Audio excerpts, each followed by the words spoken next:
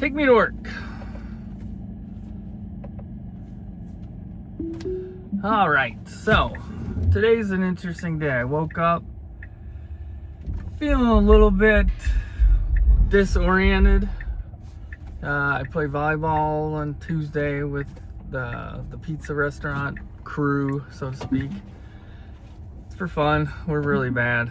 We're like in second to last place in our little league, and we got smoked last night, but it's nice to get out. I mean, it was 90 degrees yesterday. It was hot, sweaty, but you know, moving around, having some beers with some friends is good. Probably had one too many beers than I should have, and then came home, went to bed, and then woke up and I was a little bit disoriented, but I went and worked out, did some cardio, and then for whatever reason I just feel like I have awesome energy today. So see how long that lasts. I feel like my body is finally adjusting to these peptides that I'm taking, and I've been taking the tesamorelin, which is the growth hormone, increase peptide, and I've been just sleeping like a log, sleeping great.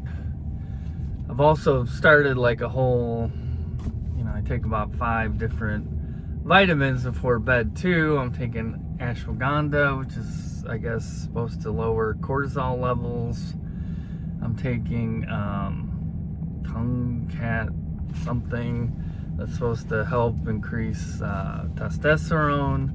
I'm taking magnesium glycate, which is supposed to help you sleep better.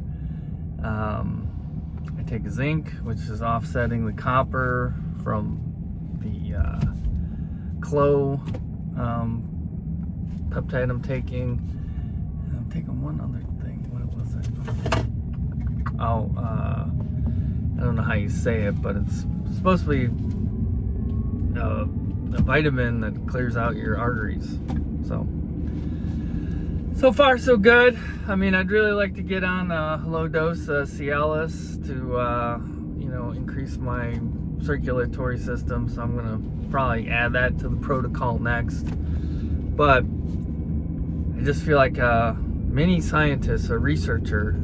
We've been buying the peptides from one company.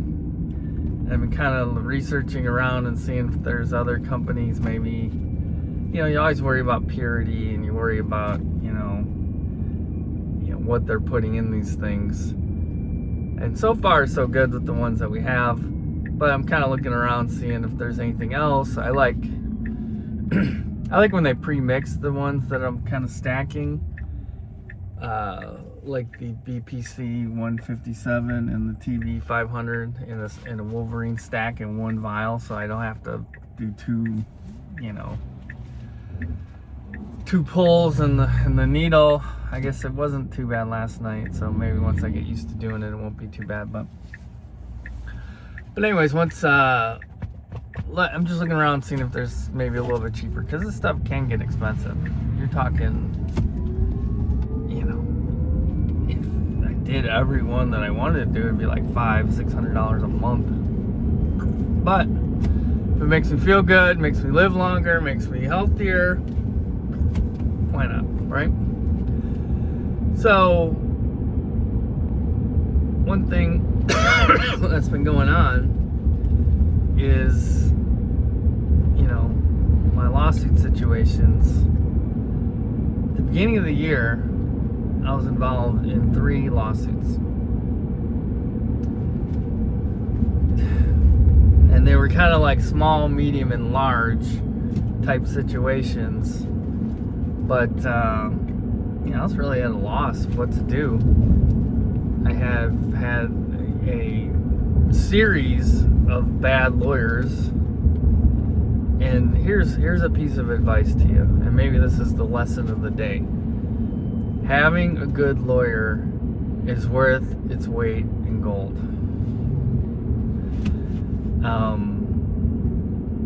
Because a good lawyer will get you everywhere, and a bad lawyer will sink you fast.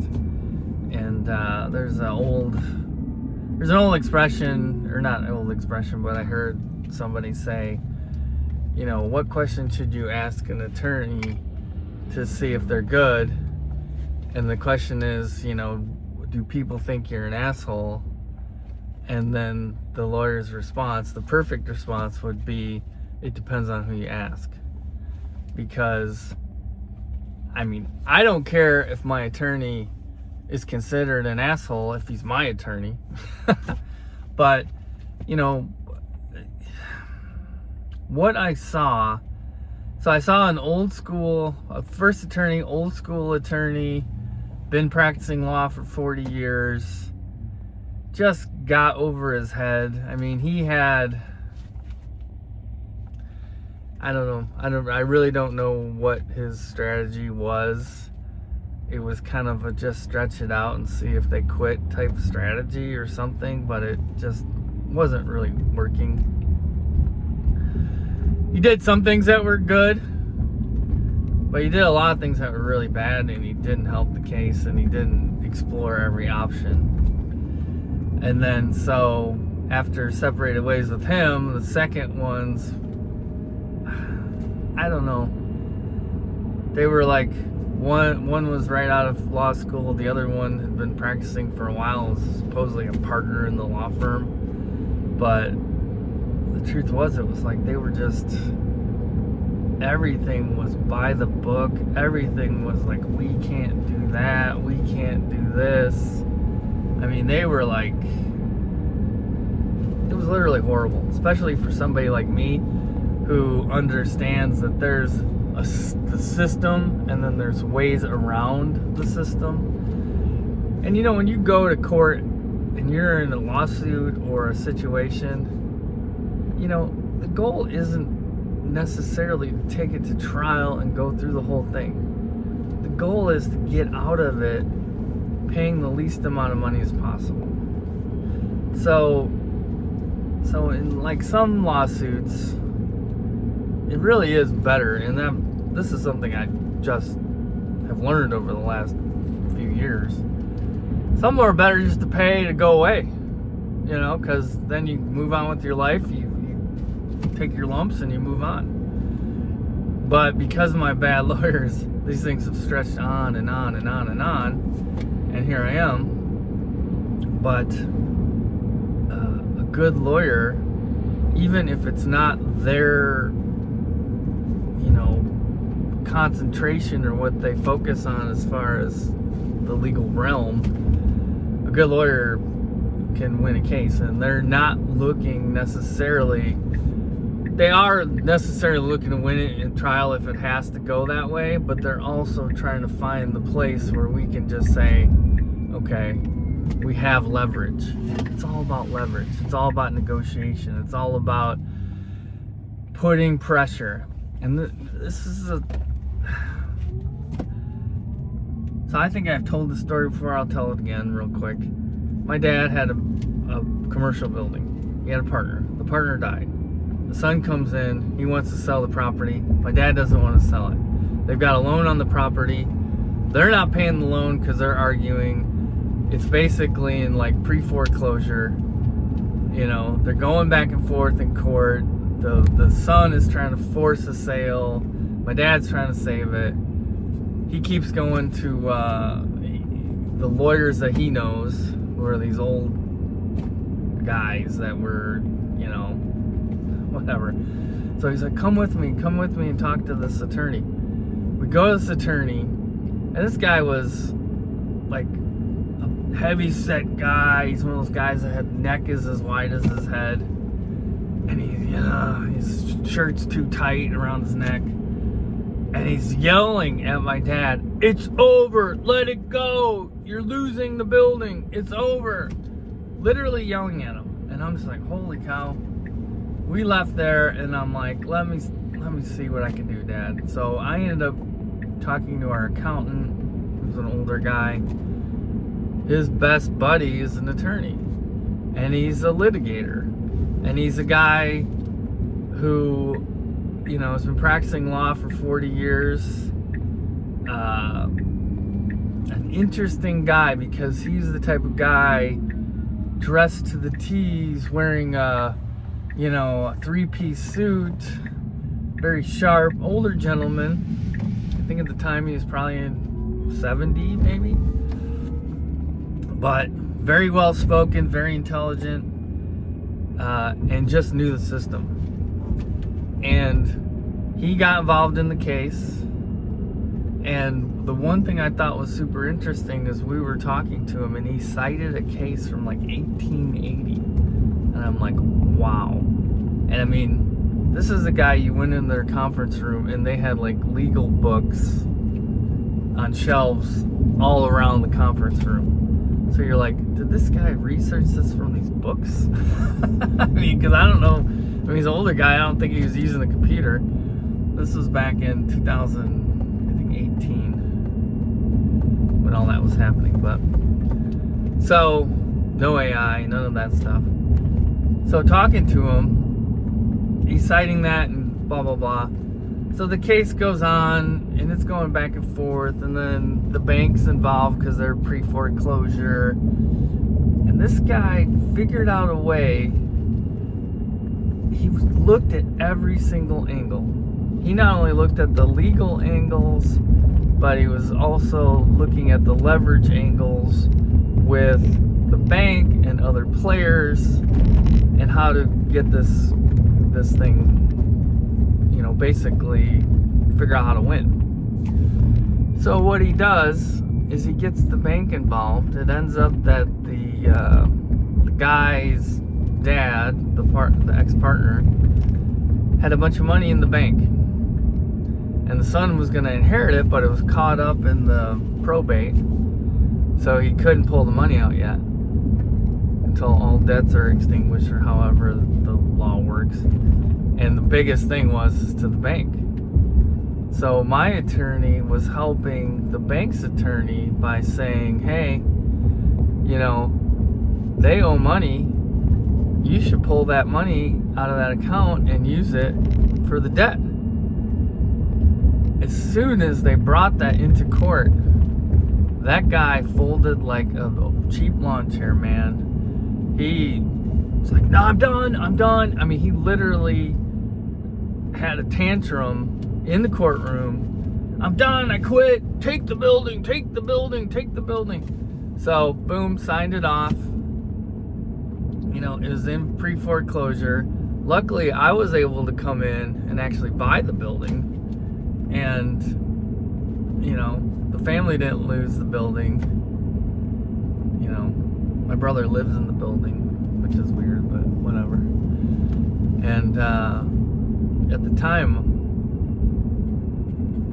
my dad was living in the building too, I think. So it's a weird situation with this building because it's a commercial building, and my dad lived in the freaking building for like 5 years. He had a unit, he set up.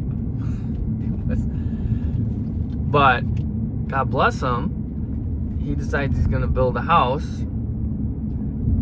I had some lots that I had bought, and I'm like, I'll tell you what, you take one lot, and I had one right next to it.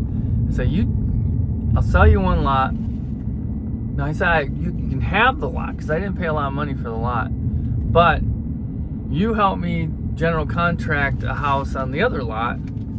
Kind of teach me how to do it, what the steps are and everything. Well, it ends up he starts going into the process of building his house, and he finds out that he needs more land because there needs to be a septic field, and it's going to take more acreage to build this huge septic field with the new rules they have. So he just assumes the other lot and starts, going through the process. So I'm like, whatever. So he ends up starting to build his house, and he got to the point where he had it framed. I think he might basically got about halfway through, and he didn't have enough money. He ran out of money. And I'm like, what? What were you thinking? I mean, the guy's built probably 25 houses in his life, and it was like he ran out of money. So I ended up loaning him money to finish the house. He finishes the house, he moves in, and now my dad's kind of at a point where it's weird because some days he's sharp, remembers everything, and other days he doesn't even remember why he walked into the room or why he came and visited you. Why am I here? And he'll ask you 20 times. But he thought when he moved into the house that he wouldn't have to pay taxes. And he didn't have to pay his mortgage. So for 3 years, the guy didn't pay his mortgage or his taxes. And I guess the taxes were escrowed. But so the county had sold his taxes. And I don't know how it had gotten to the point where the bank was finally trying to foreclose. And he owed 3 years of mortgage payments. So again, I had to come in. I lent him like $50,000 to pay his back mortgage, save his house. It was a whole debacle. But, you know, and the saddest thing is, like, I could really use that money right now. But the truth is, he doesn't even remember he lent me the money. So that's I don't know. That's kind of a sad thing. Anyways, back to the attorneys. So probably last December, I was at the low point of my life. I didn't know what to do. Super anxiety ridden. Didn't know what to do. Was consulting with a family friend who's an attorney, who basically has been an attorney for 20-something years, but he has another occupation. And basically he's trying to get out of the law. So we're talking to him. He's like, oh, well, maybe I can suggest this guy or that guy. And we're just like, we just didn't have any money to hire an attorney. We were like, we didn't know what to do. And he finally kind of clicked to him. He's like, okay, these guys are really in trouble because we met at the pizza restaurant. And we must have came in there looking like death because this guy was like, I could tell that you guys are just tired and at your end. And so he said, I'll take the cases. He signed on as the attorney of record in all 3 cases. And so far, he's knocked out 2 of them with no money paid to the people suing us. So the 2 that he knocked out were people that were suing us. The third one is that we initially sued this guy, and then he countersued. And for a while there, his lawsuit looked better than ours, and it looked like we were going to owe him a lot of money. But thanks to this attorney sticking with us, fighting, and also Claude, using Claude at the league. I use Claude desktop app, co-work. I added the legal skill that comes from Anthropic, and I just put all the files, everything I had into a folder. It was working out of that, and it came up with just some flip the script type strategy that literally has their attorneys on their heels right now. And so I'm hoping, and it's on the table right now, just an absolute walk away type arrangement where we both go our separate ways and we're done. And the ball's in his court now. He can take this. It's been 5 years with this, and hundreds and hundreds and hundreds of thousands of dollars spent on both sides in legal fees and BS. And hopefully, this walk away will work and we'll be done with each other. If not, this thing it's gonna get ugly. We've got a really good strategy, and we've got, a couple pathways where he's gonna owe a lot of money. So, the lesson for today, though, get a good attorney. Ask him, do people think you're an asshole? If he says depends on who you ask, hire that guy, because you want a pit bull who's gonna fight. And he doesn't have to have an expertise in any particular law. He needs to be a good negotiator, a good litigator, a good arguer, and someone who's gonna find a way to leverage the case to win. So that's the lesson for today. Have a good one, and I'll talk to you later.